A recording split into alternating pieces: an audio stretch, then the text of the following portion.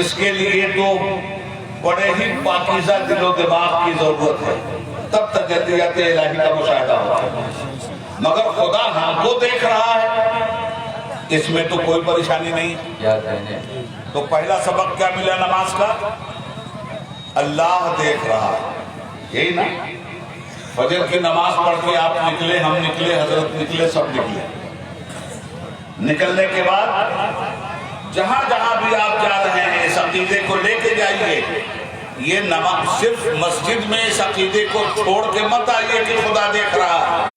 مسجد سے جہاں نکلے آپ وہاں بھی خدا دیکھ رہا ہے۔ جس برائی کے اڈے پہ پہنچے وہاں بھی خدا دیکھ رہا ہے۔ جب زبان جھوٹ بول رہی ہے تو بھی خدا دیکھ رہا ہے۔ جب ہاتھ ظلم کر رہا ہے تب بھی خدا دیکھ رہا ہے۔ جب پیر غلط محفل کی طرف جا رہا ہے تب بھی خدا دیکھ رہا ہے۔ تو مسجد میں آپ کا عقیدہ یہ بنا کہ خدا دیکھ رہا ہے۔ مسجد میں جھوٹ بولتے ہیں آپ، مسجد میں ظلم کرتے ہیں آپ، مسجد میں بے حیائی کرتے ہیں آپ، مسجد میں برائی کرتے ہیں آپ۔ ارے جو باہر بڑے سے بڑا برا اور بے حیا ہے وہ بھی مسجد میں آ کے باحیا بن جاتا ہے، وہ بھی مسجد میں آ کے پاکیزہ بن جاتا ہے۔ تو مسجد میں برائی اور بے حیائی آپ نہیں کر رہے ہیں۔ اچھا اب چلے آپ دکان پہ گئے، اب آج کل انگور کا سیزن آ گیا، حیدرآباد سے چل رہا، آپ انگور کے بیوپاری ہیں، میں مثال دیتا ہوں۔ آپ کی دکان پہ ہم اور مفتی صاحب چلے گئے، جی میں آیا کہ 1 kg انگور آپ کی دکان سے خرید لیں۔ مفتی صاحب نے کہا نہیں، اس آدمی کو میں نے مسجد میں نماز پڑھتے ہوئے نہیں دیکھا تھا، وہ آدمی جو انگور کی دکان پہ بیٹھا ہے وہ بھی ہمارے ساتھ مسجد میں نماز پڑھ رہا تھا، نمازی کے ہاں سے خریدیں گے۔ ایک پاکیزہ جذبہ کے ساتھ مفتی صاحب اس نمازی کی دکان پہ لے گئے۔ غور سے سننا، اب اس کی دکان پر جب آپ گئے تو آپ نے کہا بھئی 1 kg دے دیجئے، کیا قیمت ہے؟ اس نے کہا 200 روپیہ کلو۔ حضرت نے 200 روپیہ نکال کر کے دے دیے۔ اب اسے تولنا ہے نا، حضرت مجھ سے بات کرنے لگے، ہم نے اس کے ترازو کی طرف دھیان نہیں دیا، اس کو بھی یقین ہو گیا کہ یہ دونوں آپس میں بات کر رہے ہیں، میری تول نہیں دیکھ رہے ہیں۔ اس نے سوچا پاؤ بھر کاٹو، ڈنڈی مار دی اس نے۔ جو ہی اس نے ڈنڈی ماری، یہ نماز کا عقیدہ ابھی نماز پڑھ کے آیا تھا اور ڈنڈی مار رہا تھا، یہ نماز کان پکڑ کے کہتی ہے اسے ڈنڈی مارنے والے نمازی سے، اے بیوقوف، جو خدا تجھے سجدہ کرتے ہوئے مسجد میں دیکھ رہا تھا وہی خدا تجھے ڈنڈی مارتے ہوئے بھی اور حرام خوری کرتے ہوئے بھی یہاں دیکھ رہا ہے۔ یہ احساس ہے نماز کا۔ اگر دکان پہ بھی یہی عقیدہ لے کے آپ بیٹھ گئے، کھیتی میں بھی یہی عقیدہ لے کے آپ بیٹھ گئے، تجارت میں بھی یہی عقیدہ عبادت کا لے کے بیٹھ گئے، تو دکان پہ بھی برائی اور بے حیائی سے روکے گی نماز، گھر میں بھی برائی اور بے حیائی سے روکے گی نماز، انفرادی طور پہ بھی برائی اور بے حیائی سے روکے گی نماز، اور اجتماعی طور پہ بھی برائی اور بے حیائی سے روکے گی نماز۔ خدا دیکھ رہا ہے۔ اچھا ایک چیز بہت آسان کر دوں، آج کل مجھ پہ فتوے بہت لگتے ہیں، ایک فتویٰ اور سنو، میں آپ سے ایک وعدہ کرتا ہوں، آپ اس سے ایک وعدہ کرو، آپ مجھ سے وعدہ کرو کہ مسجد میں برائی نہیں کرو، آپ مجھ سے وعدہ کرو مسجد میں بے حیائی نہیں کرو گے۔ غور سے سننا، اور اسٹیج والے بھی غور سے سننا، آپ مجھ سے وعدہ کرو کہ مسجد میں برائی نہیں کرو گے، اور آپ مجھ سے وعدہ کرو کہ مسجد میں بے حیائی نہیں کرو گے۔ اگر آپ اپنے اس وعدے میں سچے ہو جاؤ تو میرا وعدہ یہ ہے کہ مسجد کے باہر جہاں چاہو برائی کرو، جہاں چاہو بے حیائی کرو، عبید اللہ اعظم ذمہ دار۔ مگر خدا کے لیے ابھی فتوے کی تلوار میرے اوپر مت لٹکانا جب تک بات پوری نہ ہو جائے۔ بہت عمدہ، ماشاءاللہ۔ مجھ سے آپ وعدہ کر لو کہ ہم مسجد میں برائی نہیں کریں گے، میں صرف اتنا چاہتا ہوں کہ مسجد میں برائی مت کرنا، کیا کہنے، میں صرف آپ سے اتنا چاہتا ہوں مسجد میں بے حیائی مت کرنا، مسجد کے باہر میں تمہیں اجازت دیتا ہوں جہاں چاہو برائی کرو، جہاں چاہو بے حیائی کرو۔